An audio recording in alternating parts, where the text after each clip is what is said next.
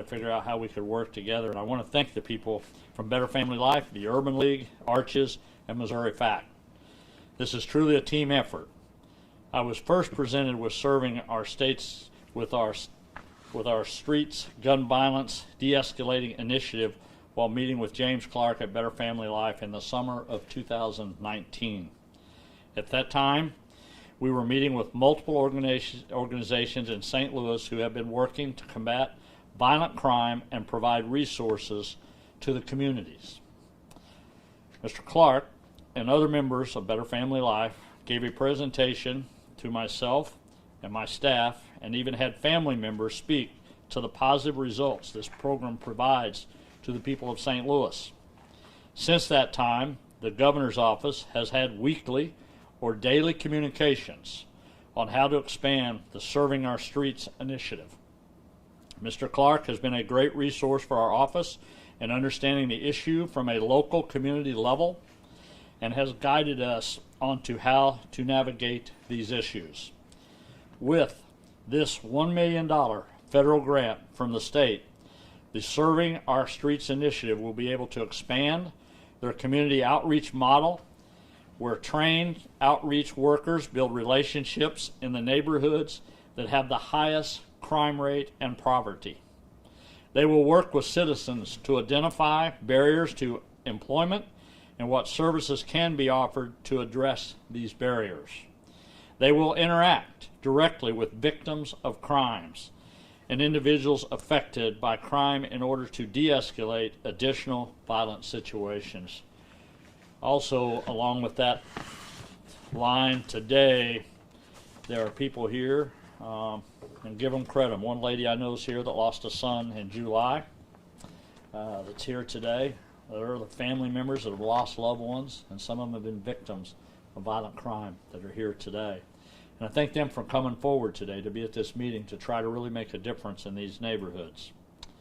Along with the gun violence de-escalation, the Serving Streets Initiative serving other programs administered by the Urban League, and this expansion will allow for more utilization of those resources in these programs. Amnesty Project work with residents to get warrants canceled in order to clear a background check. Basically give people an opportunity to go back to work is what we've talked about all along, trying to figure out how we can help. Neighborhood opioid triads. Provide health screenings, food distribution such as Grill for Glory, clean clothing, and referrals to rehab. One of the things I learned as governor coming up here on the Grill for Glory that I went to today, I got a chance to see what food banks look like in some of these neighborhoods. And then I have the opportunity to go to some like in Columbia, Springfield.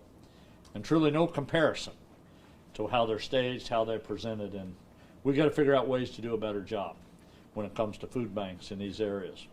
When you look at the clothing distributions that I seen that day, I seen people in plastic bags looking through clothes. When you go to other facilities, things are hanging up on nice racks and hangers. We can do better than that. We can all step up a little bit our game to help the people in these neighborhoods to do that.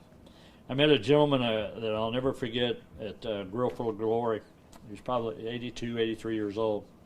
He was getting 5 hot dogs is what he got. And it was a big deal to him. He had 2 hot dogs that day at lunch. He was taking 2 home for dinner that night, and he was going to have 1 on Sunday after church. So what does 5 hot dogs mean? Probably not much to a lot, but to him it meant everything.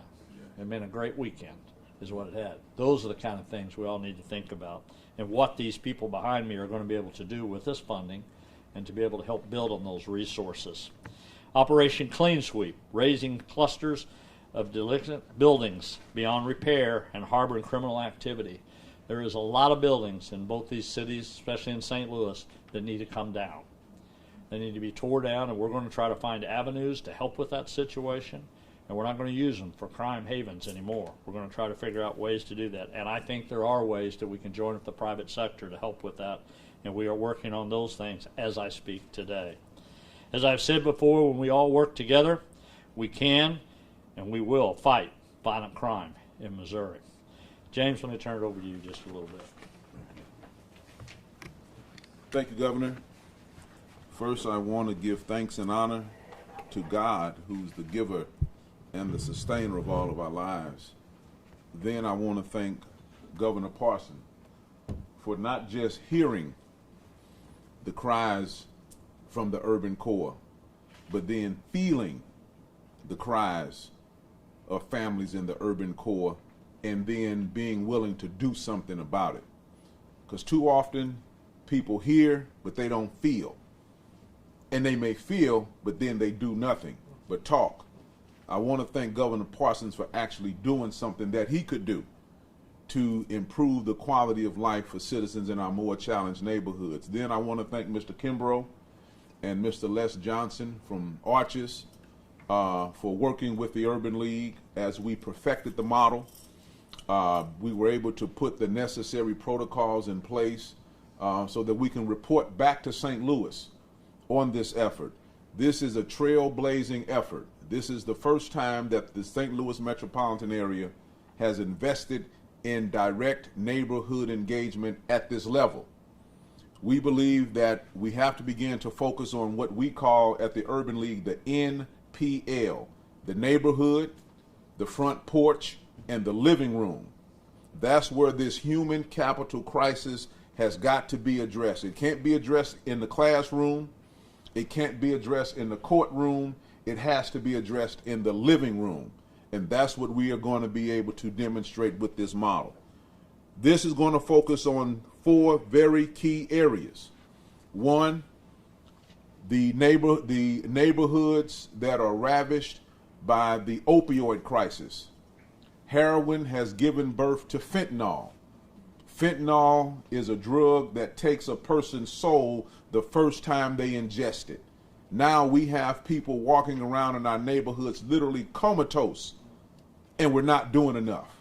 So through the Serving Our Streets initiative, we're going to partner with BASIC, where we will implement a model that we call TOD, Transportation on Demand, as we meet the individuals in our neighborhoods that are willing to go into treatment. We'll be able to dispatch a vehicle to get them directly into treatment. We believe that Mr. Miller's model must be expanded, and it should be broadened in St. Louis and replicated in Kansas City neighborhoods also. Very excited about the partnership with BASIC. The St. Louis de-escalation model. We believe that gun violence a lot of times can be avoided. Through this model, we will deploy urban engagement specialists who will seek out conflicts throughout the St. Louis metropolitan area and will work around the clock to mediate the conflicts and bring closure to the conflict. If we cannot get a truce between the two adversaries, we will have to relocate one of them. I want to introduce you to a lady that I call Mama. Her son was involved in a conflict. We were not able to bring the conflict to resolve, so we relocated her son to Austin, Texas, where he's now gainfully employed and able to live without the fear of the conflict. Also, we have with us this afternoon Ruth, whose son lost his life recently in the Walnut Park neighborhood. We were able to work with Ruth to have her other sons relocated, lowering the likelihood of retaliation, and we're now working with Ruth to find permanent housing out of the neighborhood in which the event occurred. Okay? Also want to introduce you to Mr. Phillips. Mr. Phillips' son came to us years ago. His son was involved in a conflict that we successfully de-escalated. Shortly after that, Mr. Phillips began to recognize that his son had mental health challenges. His son was put on medication. That medication did not fit well within his system. He did not get the necessary follow-up, and unfortunately, he was involved in a conflict and he lost his life recently. So we have got to begin to scale up the engagement so that we can avoid some of these conflicts. We are also very excited to bring workforce development to the neighborhood. A good friend of mine once said, the best way to stop a bullet is with a job. And another good friend of mine said that there are very few problems that a job won't solve. So we believe that there are a lot of employers out there, there are a lot of employment services out there, but at the Urban League, we believe that it's time for us to take a very deep dive and bring employment opportunities directly into the neighborhoods in which crime is high so that individuals can walk to a job fair. So we are partnering with over 75 neighborhood churches where we will begin to hold 2 job fairs each month, working with some of the local employers, and we will begin to bring jobs directly into the neighborhoods. We're also very excited to bring senior citizen services into our more challenged neighborhoods. Too many of our senior citizens are living as captives in a war zone. They hear gunshots morning, noon, and night. They hear sirens morning, noon, and night.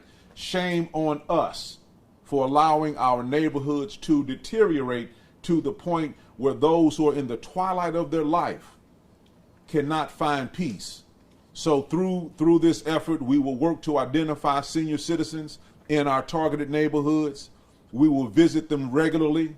We will call them frequently. We will make all the resources that are available through the City of St. Louis and other resource providers, as well as the Urban League's resources, so that our senior citizens can begin to feel loved and welcomed within the neighborhoods in which they live.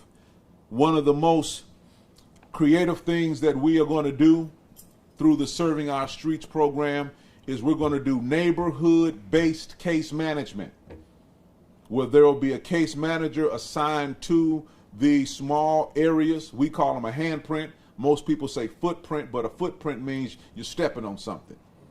Within these handprints, families will be case managed. We will case manage 300 families. These families will receive very intense communication from our urban engagement specialists and from the case managers. They will receive at least 2 phone calls a week and at least 1 home visit a month to make sure that the family are getting the things that they need. Want to acknowledge the staff of the Save Our Sons program. Also, Ms. Joy Cap, the Director of Clinical Services at the Urban League. That position will be woven into everything that we do. We're very trauma informed, and we believe that trauma care is going to emerge as a leading solution as we deal with these issues. Thank you very much. All right.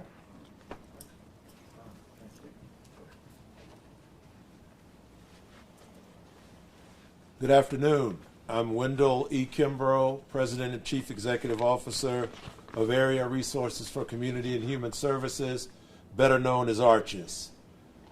From concept to community is one of the standing bearing programs that we deliver in our organization. Give us a concept, we will help you deliver it to the community. That is one of the things that we're proud of as it relates to our partnership with Governor Parson and the Urban League and James Clark. Our job in this particular project is to make sure that James and the De-Escalation project lives up to everything that they promised on behalf of the governor as it relates to the funding that we received. ARCHES is one of Missouri's 20 community partnership organizations charged with helping the state provide funding and strategic support to area human service agencies. In St. Louis, ARCHES currently supports more than 30 local initiatives, including 2 with the Urban League to support workforce development and crime victim support services. We all know the extreme urgency of the work that has called us here today. $1 million is nothing to sneeze at. More is needed. And our jobs in partnership with the Urban League is to justify, to measure, to objectively assess what's working, what's not working, in order to expand this program in the ways that Governor Parson and James just discussed. Daily headlines make us all angry, make us all sad, and neighborhood tensions continue to boil over into rage and the horrible civil disobedience that we see every day in these communities. This crime de-escalation model is uniquely positioned to help all involved organizations create new structures to address the root causes of this pain and suffering. Now, to everyone in this room, this is not a quick fix. It did not happen overnight.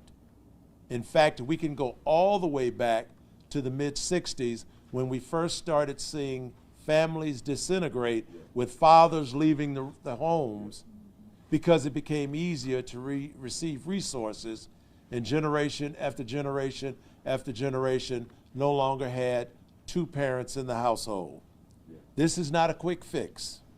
This is intensive long-term work that will require new creative and impactful ways to de-escalate conflicts. The conflicts are very complex, so intertwined. Think about it: the lack of education, lack of jobs, health disparities, and human service disparities all contribute to the feelings of hopelessness and despair, leading to violence as the misplaced answer. It is easy to talk about the problems. Well, today, thank you to the governor in the state of Missouri and the strategic efforts of the Urban League and James Clark, we are now ready to go to work. What we are faced with is the hard work of improving lives. Ultimately, this project is going to save lives and make St. Louis a better place. Arch's role is very simple: to create an evidence-based system that focuses on individual and community success, thus vastly reducing crime in the streets. Thank you very much.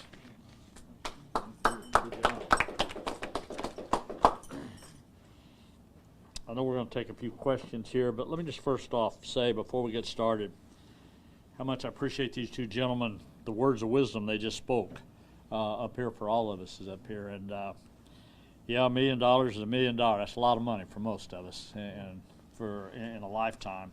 But the reality of it is, it's not about just giving somebody $1 million. It's about what are you going to do with $1 million, and what is the end result of this going to be. And I will personally come back. I'm going to come back, and I'm going to look at this workforce development piece and see what we've done. I'm going to come back to the Urban League and to the James, and I'm going to say, what'd you do with that? And how can we build on that foundation? That's what we're going to do. So, Kelly, we got time for questions, I think. I know we're a little bit on the schedule here. 2 or 3 for the governor, and he will have to exit. So then if you have other questions for Clark and Mr. Kimbrough, then you can answer those after we're done. So the city is hemorrhaging bug, both figuratively and literally. We are at 191 homicides. There were 194 in all of last year. Is this $1 million really enough for like the largest population in the city of Missouri to take care of St. Louis? Does it have to be more than this? Is it a gun issue as well? We're seeing, our first responders getting fired upon here. Is this enough? Oh, I mean, it's much larger than $1 million. $1 million is not the answer to you can put all the money you want in here, but until the communities, the churches, and the people in the neighborhoods, along with law enforcement, along with the state, figure out a solution to work together. Look, at some point, you're going to have more community involvement, which is what they're all doing here, but you're also going to have more community involvement in the police. Police are going to have to get out of patrol cars and they're going to have to go back in these communities and start walking around building relationship with kids. There's a lot more to be done. And no, we don't want to be up here talking about 191 homicides. Nobody in this city does. But until we change the way we've been doing it for decade after decade, the way we're just saying, okay, here's some money, hopefully the problem goes away. It's not going to go away until we take action. And all of us working together. And that's exactly why it's here. Exactly why I come up here in 2019 when I really seen what those problems are. But yeah, $1 million is not going to solve the problem. If you could spend $5 million to fix the problem, it'd be great. But that's not going to happen. Rachel, we got to move on. Okay. Governor, you spoke of using all avenues to address this issue. Why then not direct the General Assembly in its special session to focus also on getting some money to these programs? Why just focus on what you did with the special session rather than funding some of these programs?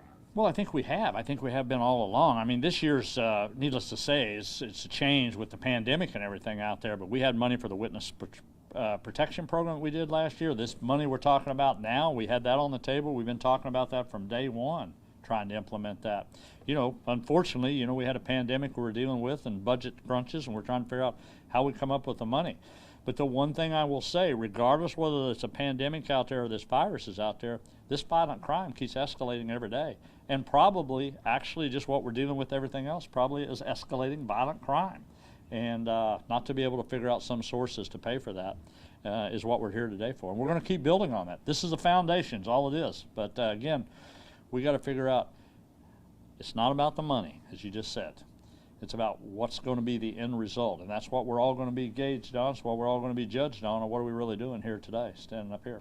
Well, so many questions. I want to ask you about the crazy driving we're having, the barricades downtown. It just seems like a different time. But let me focus on the crime bill.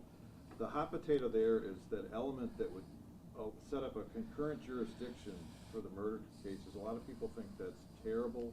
Others think it's needed. Yeah. What is your understanding of that? What's your opinion of that at this point? Well, I think, one, it's an option is what it is. It's an option to how to fight violent crime. We're talking murder 1, murder 2 is what we're talking about. That's the only time that they could come in. It's the only time that they'd be able to come in if charges hasn't been filed in 90 days. So the local levels have the opportunity to do it for 90 days if they don't file charges. Then the local law enforcement would have the Attorney General to come in. So there's a little bit of, I want to say, media hype out there about basically just saying the Attorney General is going to come in here and take over cases. That's not true at all. You know, number one, you would not be able to file charges for 90 days before it would even, and then the local law enforcement would have to ask them to come in. Again, the reality of it is, this is not, it's turned into a little bit of a political scenario, but the reality of it is 191 people have lost their lives. We ought to all be out there figuring out a way. How do you stop that? How do you give the resources they need, whether it's the prosecutors, whether it's the police, whether it's the family members, what we're here talking about today? I mean, you got to face the reality of it is these homicides are happening every day. Kids are getting shot in the streets. Kids. You know, none of us want to live through that. And, you know, it's frustrating sometimes because politics gets so much in it. When you really want to take that out and says, what is it we really can do to help stop violent crime? And I'm going to do everything I can to do that, regardless what the politics of it all. Final question, Chris. And Governor, you know, you did touch on it. It's another issue that affects every one of us in this room, the pandemic. Missouri, the positivity rate continues to be one of the highest in the nation, which seems to indicate our ability to control it and get enough rapid testing. And we are seeing data backlogs in these cases. Why does Missouri continue to have so many problems with COVID? I don't think Missouri is any more different than a lot of other states. Matter of fact, I think we're 17th in the United States of how we're handling with COVID-19. And I think the positive rate's going up simply because we're addressing the issue. I also think if you take September the 3rd, half of the cases in the state of Missouri was 18 to 24-year-olds, college kids is what it was. Half of those cases are. But if you look at the hospitalization, which we keep a look on that every day, we look at the ICU beds, and what's really important is the fatality rate has went from 7% in the state of Missouri down to 0.5, I think the last I seen on that. When you look at nursing home, where we were the highest problems that we had, since June, July, and August, that's leveled off. With all these rates going up, the positivity rate going up, but the fatality rate and things we can do now, we're not helpless against this virus anymore. There's medication out there to help people. Hospital stays are shorter than they've ever been in this state, but the positivity rate's going up. A lot of it's driven by that 18 to 24-year-old bracket. So you're putting that on the 18 to 24-year-olds? I mean, are they the ones to blame for spreading this? Look, everybody's got to quit looking for somebody to blame. It's a virus. You know, blame the virus if you want to blame it, but, you know, blaming me, blaming 18 to 24-year-olds, blaming government. This is a virus that we have to figure out answers to, and every day we're figuring it out, and it changes every day. It changes in our school system. It changes in the workforce. It changes in the neighborhoods. African-American neighborhoods, it changes every day. That's why when this first came out, when mobile testing, we realized we had to move things around the state of Missouri. Look, it's challenging every day to deal with COVID-19, but we're doing it every day and going to continue to do it. Thank you. All right, thanks, everyone. Mr. Clark, for you really quickly, the 4 neighborhoods where this is going to go are which? Jeff Vanderloo, Walnut Park. We're going to be active in Dayton.